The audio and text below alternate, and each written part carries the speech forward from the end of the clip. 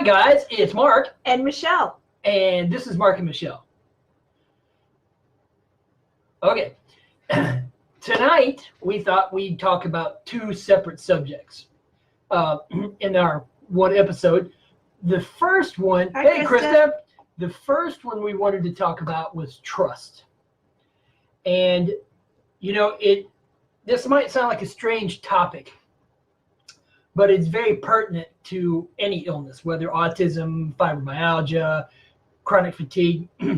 When you're sick a long time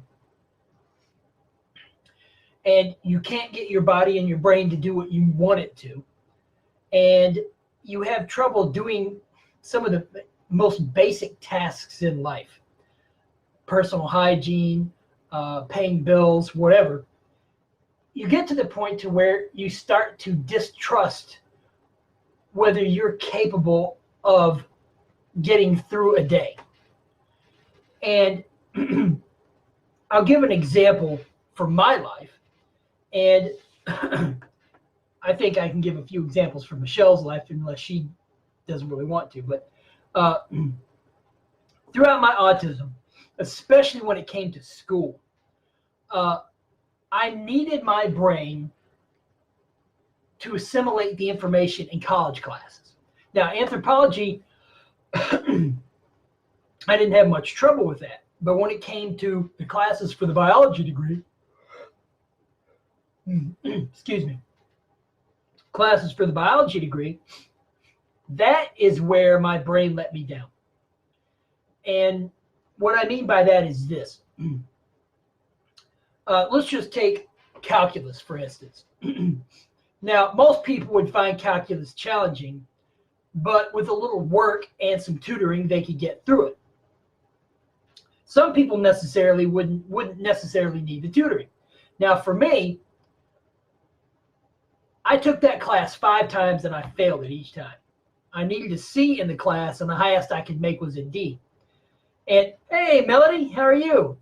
And so being sick for so long and failing so many classes so many times in college, I finally got to the point to where I didn't trust myself to be able to do anything well enough to succeed by my definition of success. And then let's move to another area of life, work. Autism made me so sick that I didn't even have normal relationships with coworkers. Melissa! I didn't even have normal relationships with coworkers. Guys, so you know, we're talking about trust, in this case, self-trust. And so I had difficulty getting along with people. No fault of my own. The autism was just in the way. But that made for a difficult time at work, and my brain not being able to communicate well enough caused a lot of those issues. But then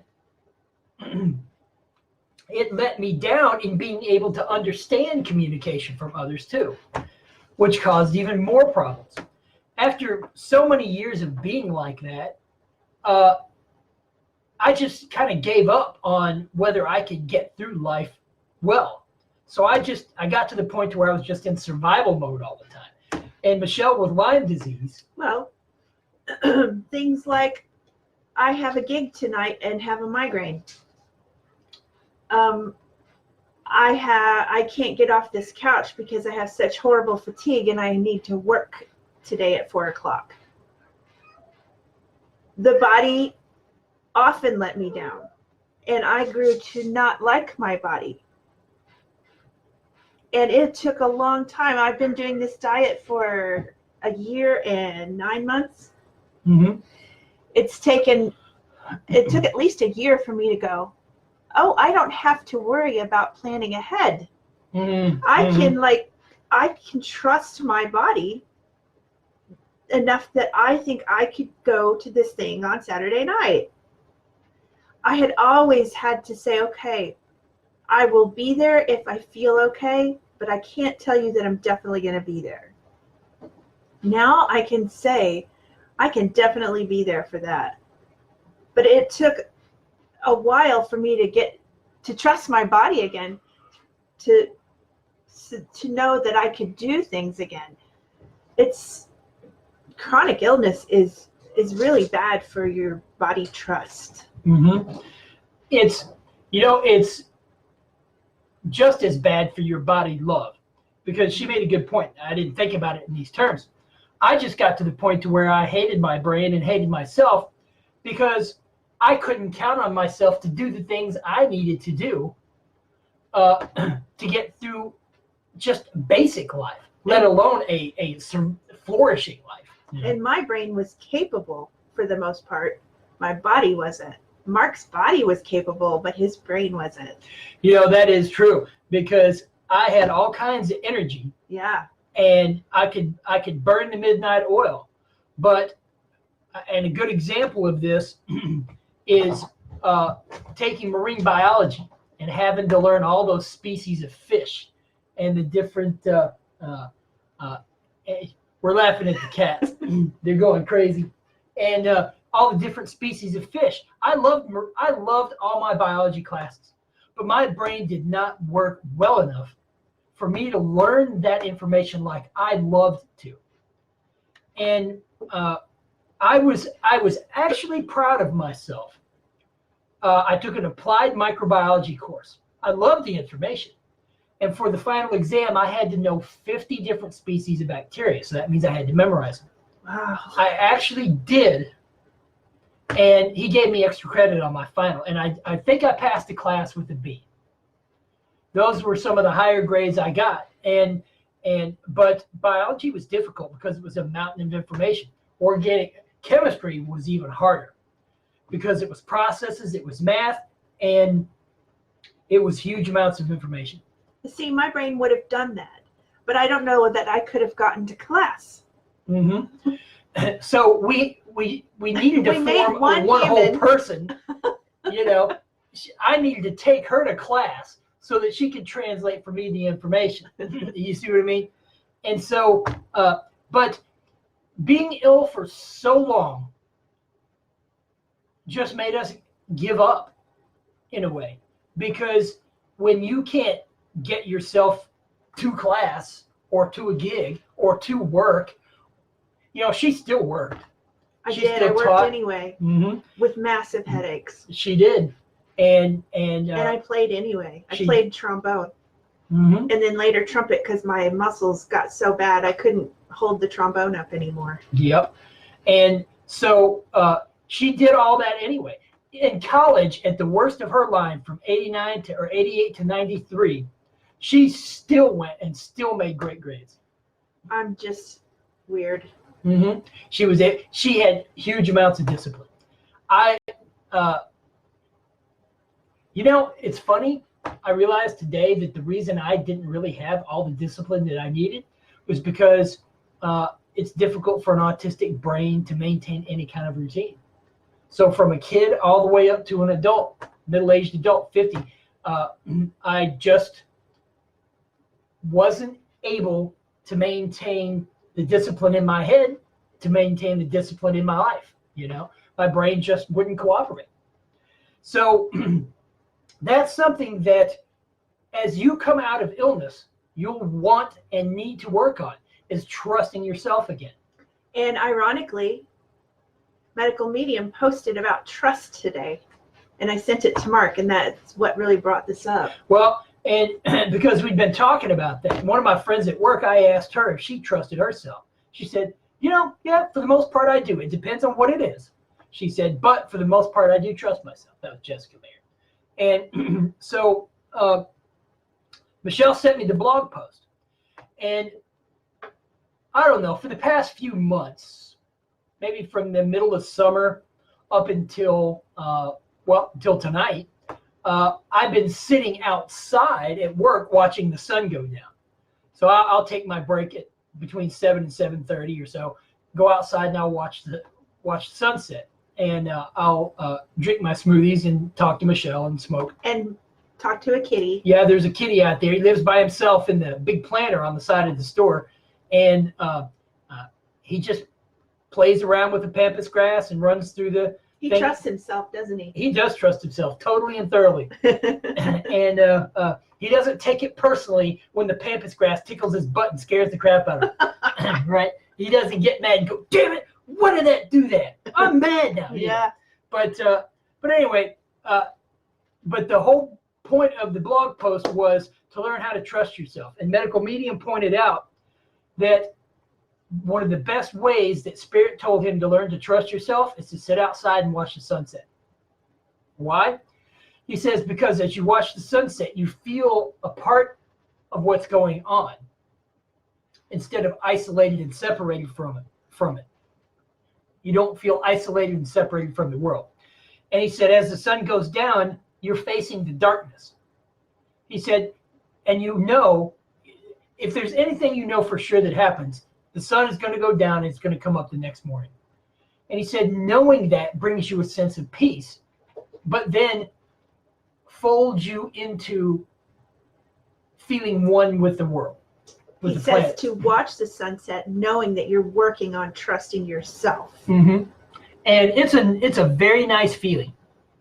I mean, I was out. I like to be outside even when I was autistic, because I just like being outside, unless it was real hot. But to sit out and watch the sunset is a really nice feeling, and I really think it does help in me feeling better about myself and life. And then having good friends to talk to about it who send me posts like that is awesome too. But that was our thing on self-trust and why you need to reinstill it or install it for yourself as you heal. But we wanted to talk about literalness tonight too, because that's something that can be a very big issue with people who have autism, is literalness. Interpreting things literally from their loved ones or from their bosses or from whatever. But the reason I bring this up is because I'm finding as I heal, there are new things in life that have become issues. And then later on I find out, oh, it's because I interpreted it literally. Mm-hmm. Here's a good example. Miracles. See, I grew up Pentecostal, and my dad was a Pentecostal minister, and Pentecostal holiness strongly believe in miracles. There are other Pentecostal denominations too, and I think they believe in miracles more or less. I couldn't really say, but growing up Pentecostal holiness, you believe in miracles and you expect them. Now, being more of a literal brain like I had, I heard about them and thought I saw a few. And I am pretty sure that there were very distinct miracles in my life when I was younger. And but the way I was taught is do as much as you can and then let God provide. And so I took that as, okay, well, I'm working hard at it. Now, that's another subject, literal subject I'm going to talk about, working hard. But I would do what I could or what I thought was the right thing. And then when I got frustrated with it, I'm like, okay, well, a miracle is going to have to happen. And quite often that didn't work for me. Well, when I finally got a diagnosis, I realized why it didn't work for me. Just expecting a miracle to solve my problem didn't work for me, because really what it is you have to be healthy enough to interface with the world so that your life can be on track as much as you want it to be, or as much as you can get it to be. And then after you've done all the work that you can, then you just have to let the higher power, whoever that is, fill in the gaps. Well, I was kind of the person, and I think this had to do with the autism. And I just thought, well, okay, I don't know what else to do but let a miracle happen. And when I failed, I wouldn't continue because I thought, well, I failed, so it's not going to happen. I would just expect my higher power to fix it for me. And there was a lot of I have had a very strong feeling. I got so helpless because of the autism, learned helplessness, that I hoped someone, my higher power, would come along and save me. And I had very strong hope for that up until recently. And I've been working on getting rid of that because it's just more learned helplessness. Well, what Mark hasn't realized yet, in the beginning of realizing, is that he is quite capable now. Mm-hmm. But he's not used to that. Right. I'm not used to his neuronet. My competence. Right. And so I'm learning how competent I really am and am going to continue to be. But someone told me you have to let a miracle happen. Well, I took it literally. Okay, so I wouldn't do anything. You just sit there. And I would, because I do that too. And I would just assume that if I did something, I would interfere with the miracle. Because I told her that recently, like in the past week. And I have since learned that taking something like that literally is a problem, because that's not how the rest of the world means things. The rest of the world isn't literal. NTs, for the most part, aren't literal. Language is just an approximation of what people mean. You can be specific in the language, but even being very specific in your own language isn't the full meaning of what people mean. Because everyone has their own language, first of all. Right. And then they have different connotations to words in their languages. Each person is their own culture. What did you call it? Idioculture. Idioculture. Yeah, not idiot culture. No, idioculture. And Melissa, we're going to get to that. Keep going, Mark. And so the other thing was, when you tell your autistic loved ones, for instance, this is just an example, work hard, right? That is vague. Now, to another NT, that wouldn't be. But to me, here's how I interpreted that. Oh, okay, work hard. Somebody said I have to work hard. So I worked as quickly as I could, did as much work as I could, and worked as long as I could, and burnt myself out. And it took me longer to burn out when I was autistic than it does now, only because I didn't know when to quit when I was autistic. Well, you couldn't recognize burnout. Well, yeah, until I got physically burned out and sick. And that happened every semester in college. At the end of the semester, I get sick. Yeah. Because I was working a full-time job, a part-time job, and school. And I was going to school usually 18 hours for a science degree. So it's really important that instead of off the cuff saying, be happy, something that vague to an autistic person doesn't really mean much, because it can't be interpreted literally. And when an autistic person who is literal, does try to interpret that, it may wind up meaning something entirely, it might actually be something entirely dysfunctional, like working hard. And so you, instead of being, ambiguous like you would to another NT, you're going to have to be more specific.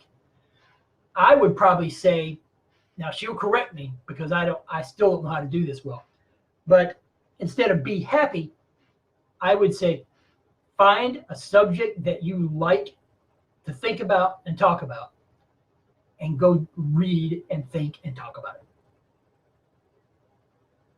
Because that always made me happy when I was autistic. And I think that, hyper-focus, special interests, that's it.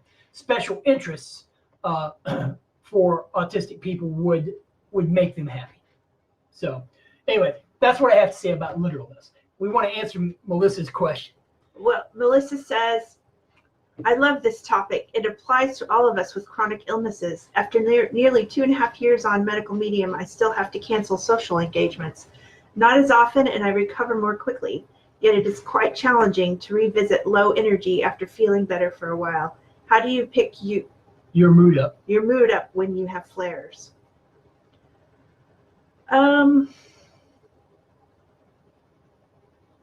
That may be a self-love type thing, a self-love technique in the sense. Go ahead.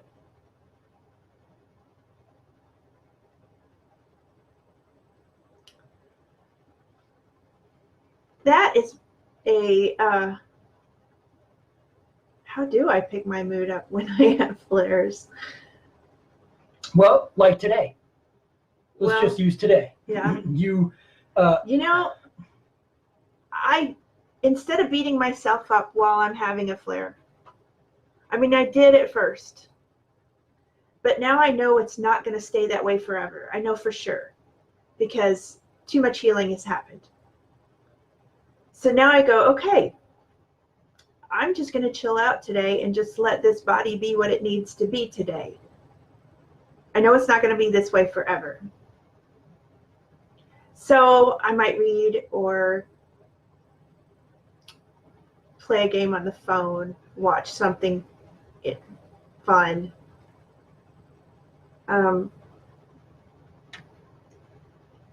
I think I've been detoxing too much lately, and I've been too stressed out writing the 2 books all summer, and often didn't eat as well as I should have, as in keeping my blood sugar up.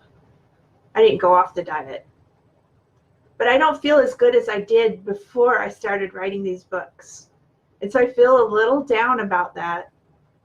But I'm like, I got there before, so I've got to be able to get there again. You can fix it. Yeah. So I don't know if that really helped at all, Melissa, because, I think you feel where I am. Some days are so good that it's just wonderful. And I haven't had days that good since I was like 16. Well, I would remember those days after a flare. Yeah. It's hard to do. Yeah. Remembering your best days during and after a flare would be the beginning of a pickup. Okay. And again, like she said, realizing that everything changes. You'll come back to feeling good. Yeah, it's the proof that I've had lots more days that were good than bad, that's adding up, and I'm starting to trust my body. Mm-hmm. I think that's basically what I was saying, self-love stuff. Is a pep talk. Like today, she was feeling kind of down, so I called her and gave her a pep talk. Give yourself a pep talk, or have the loved one call you and give you a pep talk. That'll work too. Yeah, definitely reach out if you're feeling down. You can text me if you want. Do it. Lately, after 10 days of flares, it just got to me. I totally get it. Mm-hmm. Melissa, just send me a message. Yeah, over Messenger. That'll work. Because I've got somebody else I do that with. So if you're having a rough time, just text me. All right. Okay, guys, if there's any more questions or comments or whatever, post them. But I think that's all we've got for tonight. Unless Michelle, is anything else? Well, I've had an off day. Yeah, she has had an off day. So, all right, guys, we'll see you tomorrow night. Continue with the heavy metal, or the celery juice, right? The heavy metal detox smoothie and the lemon water. And remember, our books are available. Buried Alive, One Man's Journey Out of Autism is free on the first page of our website. On the second page of our website, you can get Heal Your Autism's Do-It-Yourself Guide. Healing begins in your kitchen. And the book is there, and there are a bunch of freebies that go with the book. Scroll down to the bottom and order it, and it'll download to your inbox. All right, guys, see you tomorrow. Bye.